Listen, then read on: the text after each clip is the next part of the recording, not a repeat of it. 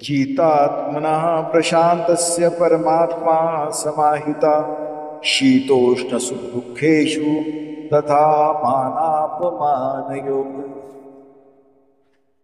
ज्या मनुष्याने मन जिंकले आहे त्याला परमात्मा प्राप्तच झालेला असतो आणि त्याने शांतीची प्राप्ती केलेली असते। त्याच्या दृष्टीने सुख आणि दुःख, शीत आणि उष्ण, मान आणि अपमान असे सर्व काही सारखेच असते। प्रत्येकाच्या हृदयात परमात्मा रूपाने स्थित असणाऱ्या पुरुषोत्तम श्री भगवान यांच्या आज्ञाचे पालन करणे हे प्रत्येक जीवाची वास्तविक लक्ष्य आहे। मन जेव्हा माया शक्तीद्वारे चुकीच्या मार्गाने नेले जाते तेव्हा मनुष्य भौतिक क्रियामध्ये गुंतला जातो। म्हणून कोणत्याही एका योगाद्वारे मन संयमित केले जाते तेव्हा मनुष्याने ध्येयप्राप्ती केल्याप्रमाणेच आहे। मनुष्याने अधिकारी व्यक्तीच्या आज्ञाचे पालन केले पाहिजे। जेव्हा मनुष्याने मन परा प्रकृतीमध्ये स्थित होते तेव्हा त्याला भगवंताच्या आज्ञाचे पालन करण्याविना अन्य कोणताही पर्याय नसतो। मनाला कोणता तरी श्रेष्ठ आदेश मानावा लागतो आणि त्याचे अनुसरण करावे। मन संयमित करण्याचा परिणाम म्हणजे मनुष्य आपोआपच परमात्म्याच्या आदेशाचे पालन करू लागतो। अशी ही दिव्य स्थिती कृष्ण भावना भावित भक्ताला तात्काळ प्राप्त होत असल्यामुळे त्याच्यावर भौतिक जगातील सुख आणि दुःख, शीत आणि उष्ण इत्यादी द्वंद्वाचा मुळीच परिणाम होत नाही। ही अवस्था म्हणजे प्रत्यक्ष समाधी अर्थात परमात्म्याच्या ठिकाणी तल्लीनता होय। मन जिंकले ज्याचे शांत झाले अंतर, वसे त्या अंतरी परमात्मा नित्य सुंदर। शीत उष्ण सुख दुःख मान अपमान जे काही समदृष्टी धरुणी तो स्थिर असे नाही। नाही तरंग त्याचे न स्पर्शे काळ, प्रसन्न अंतरी नांदे ब्रह्म सकळ। अंतरी नांदे परब्रह्म सकाळ। जो साधक आपल्या मनावर विजय मिळवतो, ज्याच्या अंतरात शांती नांदते, त्याच्या अंतरी परमात्मा स्थिर होतो। थंडी उष्णता सुख दुःख मान अपमान या द्वंद्वानी त्याचे चित्त हलत नाही। त्याचे मन सागरासारखे शांत होते। प्रशांतात्मा मन जिंकले ज्याचे जे अंतरी, शांत झाले चित्त स्थिर धरी। तेथ परमात्मा वसे नित्यांतरी, समाधी परी समाधानी।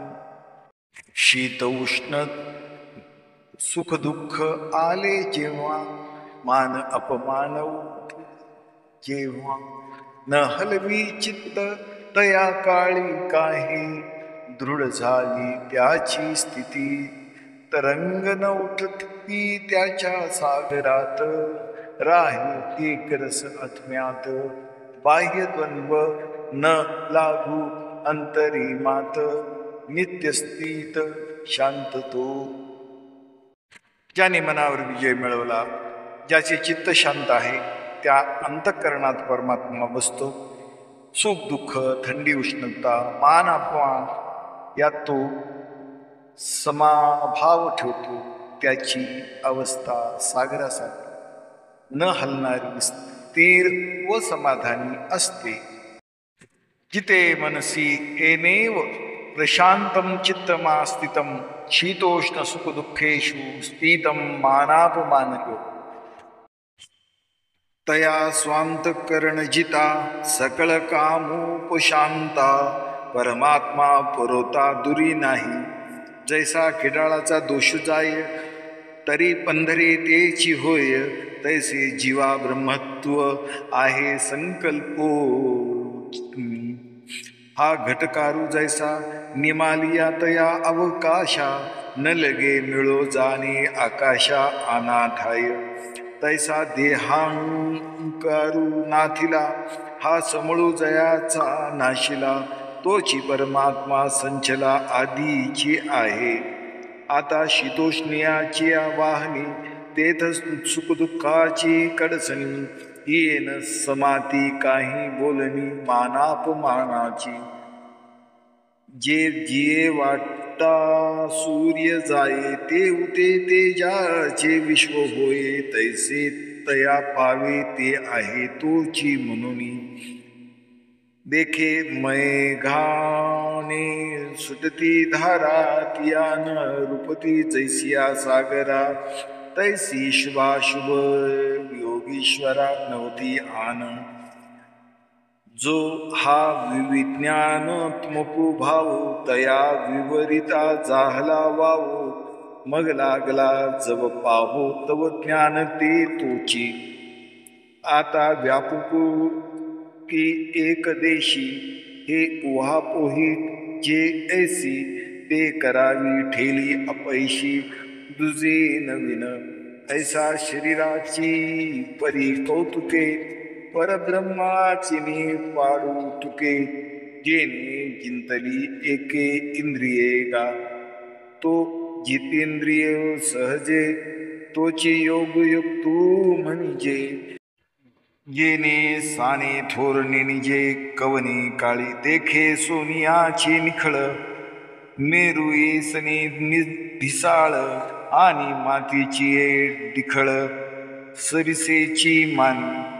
पाहता पृथ्वीचे मोल थोडे ऐसे अनर्घ्य रत्न चोखडे देखे दगडाची निपाडी निचाडू ऐसा. श्री संत ज्ञानेश्वर माऊली रचित ज्ञानेश्वरीतील या ओवी होत.